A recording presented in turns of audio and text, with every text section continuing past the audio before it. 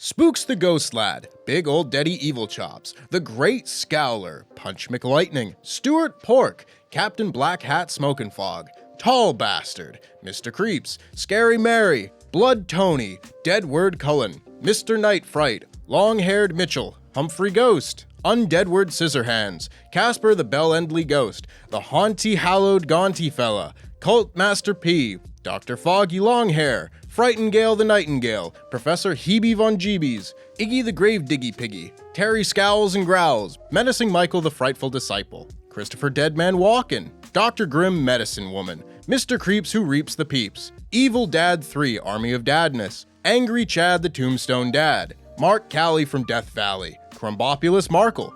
Thank you, Adam, for years of nonsense. Anyway, what are we talking about again? Oh, yeah. I'm Tempest hailing from partsFUNknown, and these are the 10 greatest rivals of The Undertaker's career.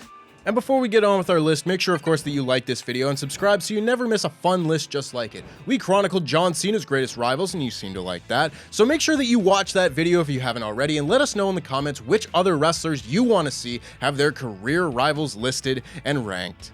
Number 10, CM Punk.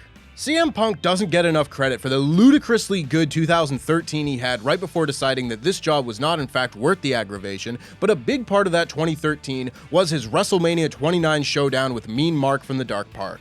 Admittedly, Punk and Undertaker's 2009 rivalry was quite bad, with a forced and completely unnecessary rehashing of the Montreal Screwjob and a damning dismantlement of Punk's main event status inside Hell in a Cell, but this is an entry based on one match, and holy hell, what a match. The WrestleMania showdown was built on the legacy of the recently passed Paul Bearer, a decision that some found tasteless while his son said it was what Paul would have wanted, so who's to say. It led to the only great match at WrestleMania 29 and the last great match Undertaker would have at the Show of Shows. The start of this match is fast-paced and violent. Punk is doing his best work as a heel, perfectly working to Undertaker's strengths to give the people the WrestleMania match they wanted to see, while being physically mangled and mentally exhausted. This sit-up spot, these faces, art. The rest of their rivalry may not have held this same level of magic, but this match remains one of Taker's best. Number 9, Steve Austin. As was the case with a lot of the Attitude Era, Steve Austin and the Magician of Black Chaos's rivalry is better remembered for the moments it created than the matches they had. That's not to say they didn't have many matches, they had loads, some of them good like at Fully Loaded 99, some of them bad like at Rock Bottom 98, and some of them right in the middle like at SummerSlam 98 where the Texas Rattlesnake had his Texas brain rattled with a shoot jawbreaker in the early goings of the match. No, rather this one is remembered for its typical Attitude Era insanity with iconic moments populating the end of the wacky 90s. Austin saving Stephanie McMahon from being subjected to a dark union, Austin himself being crucified on Undertaker's big dumb logo, Undertaker and his big dumb brother beating Austin at the same time, and subsequently leading to Austin's bout of Grand Theft Zamboni. It just encapsulated the zaniness that the Attitude Era was most known for, with The Undertaker serving as Steve Austin's dancing partner on behalf of Vince McMahon when it was time for he and The Rock to be kept apart. Number 8, Randy Orton. It is difficult to remember a time when Dungeon Dice Morgan's WrestleMania undefeated streak was not the crux of his character come springtime, but prior to his rivalry with young Randall Keith Orton, it really wasn't a factor. He'd made mention of his record in the past, but Undertaker's 2005 rivalry was the first time someone had set out to cement their legacy at the expense of the streak. After a babyface run that didn't light the world on fire following his World Heavyweight Championship reign in 2004, Orton's return to heel form in 2005 was entirely reliant on his feud with the Deadman. Undertaker hadn't had the best track record of WrestleMania matches going into Mania 21 outside of his matches with Triple H and Ric Flair at WrestleMania 17 and 18, but his match with Orton slotted into a high tier for the time courtesy of a classic RKO. Their rivalry did devolve into spooky bollocks with Orton lighting Taker on fire and then being haunted, but it did reach its crescendo with one of the most appropriate uses of Hell in a Cell for the mid-2000s, with the two settling their score inside the Fun Box at Armageddon. Number 7, Edge.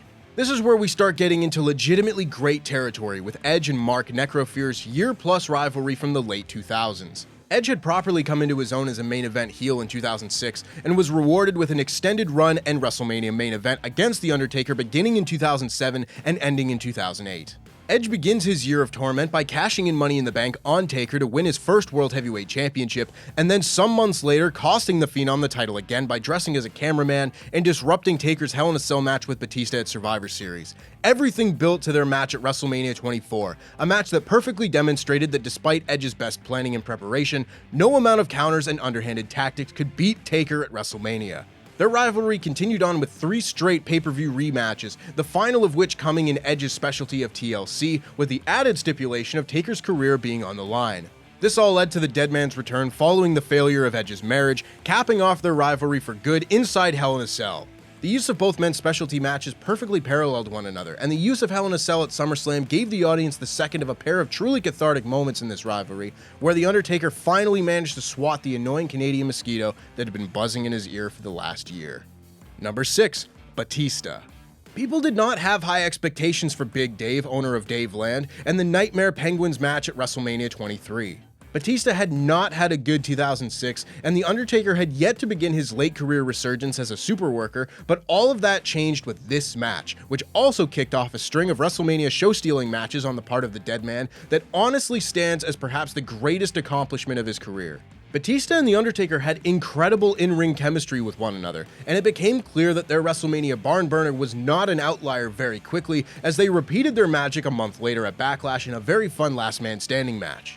Undertaker had to take the summer off with an injury, but upon his return, they got right back to business with a great rematch at Cyber Sunday that saw Batista get one of the biggest clean wins of his career and finish things off, again, inside Hell in a Cell. It won the Wrestling Observer Newsletter's award for Best Rivalry of 2007, and that even makes me tempted to forgive them for having the first ever chairs match. Tempted.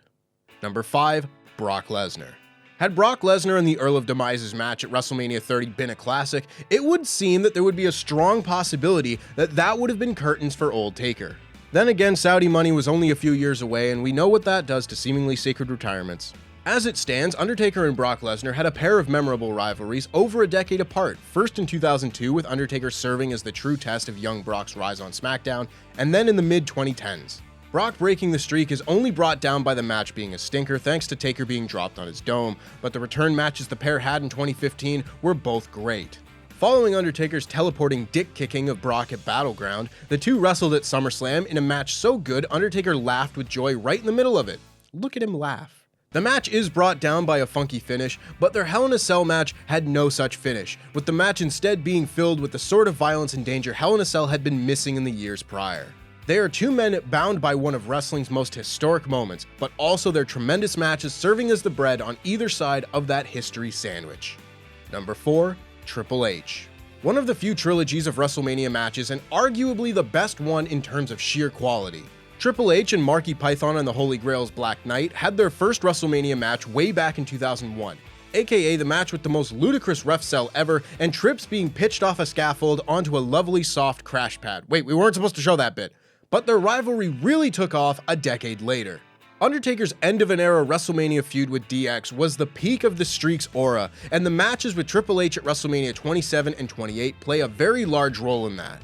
Undertaker had beaten Shawn Michaels decisively at WrestleMania 25 and 26, but that first match with Triple H at 27 brought The Undertaker back down to earth with a violent battle that saw Taker not even be able to leave the building under his own power. A moment that set him out to cut his own hair out of revenge Taxi Driver style and challenge the game to one more match in 2012 inside Hell in a Cell. There was really fun character work at play here as well, with Taker goading Triple H into fighting him by telling him that HBK was always better than him. A moment that added intrigue when Shawn was then added as the guest referee, resulting in one of the greatest near falls in WrestleMania history. It was the end of an era, and they all went out on top and never wrestled again. Never again! Number 3. Mick Foley. Mick Foley didn't know just how linked his career would be to Elite Four Grimsley when they were booked for their first match in 1996.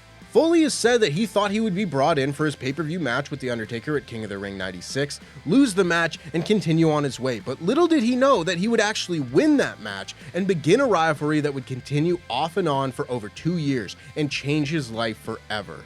Hell in a Cell was a winning concept right out of the gate, but the infamous match at King of the Ring 98 between Taker and Foley cemented it as the most dangerous match in WWE at the time and firmly established its legacy for years to come. The two are responsible for one of the most iconic and horrifying moments in the history of wrestling, a moment that will live on forever, a moment that has immortalized both Taker and Foley in the annals of WWE now and forevermore. Putting Foley at 3 on this list almost feels like a disservice to the man, considering what this moment did to him, but for as iconic as Foley and Taker were together, it is impossible to argue against the connection Taker had with two others. Number 2, Kane. All this history and not a single good match between them. Keep that in mind for the next time you think I only give props to folks who do the flippy doos. Kane had a myriad of failed gimmicks before finally hitting the bullseye at Bad Blood 97, ripping the Hell in a Cell door off its hinges to confront Brother Marcus, King of Darkness. Taker and Kane were linked from that moment onward, routinely finding their way back to one another as enemies or as partners, constantly flip-flopping between the two. Despite their in-ring chemistry being about as positive as my chemistry grade in high school, it is impossible to deny just how iconic the Brothers of Destruction are together. Their storyline heading into WrestleMania 14 being that Kane set Undertaker on fire, God, this happens to him a lot, and Taker walking through the fires of hell to ask his parents permission to fight him is the kind of hilarious nonsense that the two characters were built on, but done with the level of charm that made their first clash at WrestleMania an actual attraction. Kane's mere existence gave an enormous amount of depth to The Undertaker's character, if you consider ever-changing spooky lore to be depth, which in this case I do. When you think of characters most closely paired with The Undertaker, it is Paul Bearer and Kane at the top of this list, but in terms of rivals, the top spot has to be held by number 1, Shawn Michaels. For two people who didn't like each other outside the ring, Shawn Michaels and Forrest Weller Mip sure did make magic inside the ring. Maybe the best rivalry in WWE history in terms of match quality, Undertaker and HBK had their first all-time classic match in the first ever Hell in a Cell match in 1997, a 5-star match in every sense, and their careers would only continue to elevate one another as they continued to age like a pair of fine wines. Following their casket match at Royal Rumble 98, the two would not share the ring together again until the phenomenal final minutes of the 2007 Royal Rumble, a battle that would set the stage for their generation-defining matches at WrestleMania 25 and 26. There had been debate over which match in Undertaker's streak had been the best prior to these matches, but once they were through, that debate had been thoroughly settled. Michaels and Undertaker's Heaven and Hell parallels shine through not only in the entrances of both men at WrestleMania 25, but in the build-up to their rematch at 26, resulting in maybe the greatest wrestling video package ever, capping off The Undertaker's greatest rivalry with wrestling's single greatest retirement match because Shawn never wrestled again. And that's our list. Make sure, of course, to subscribe so you never miss a fun list just like it, and let us know in the comments which other wrestlers you would like to see have their career rivals covered in a list just like it. Triple H, Shawn Michaels, Kenny Omega, let us know what you want to see, and jam that jam.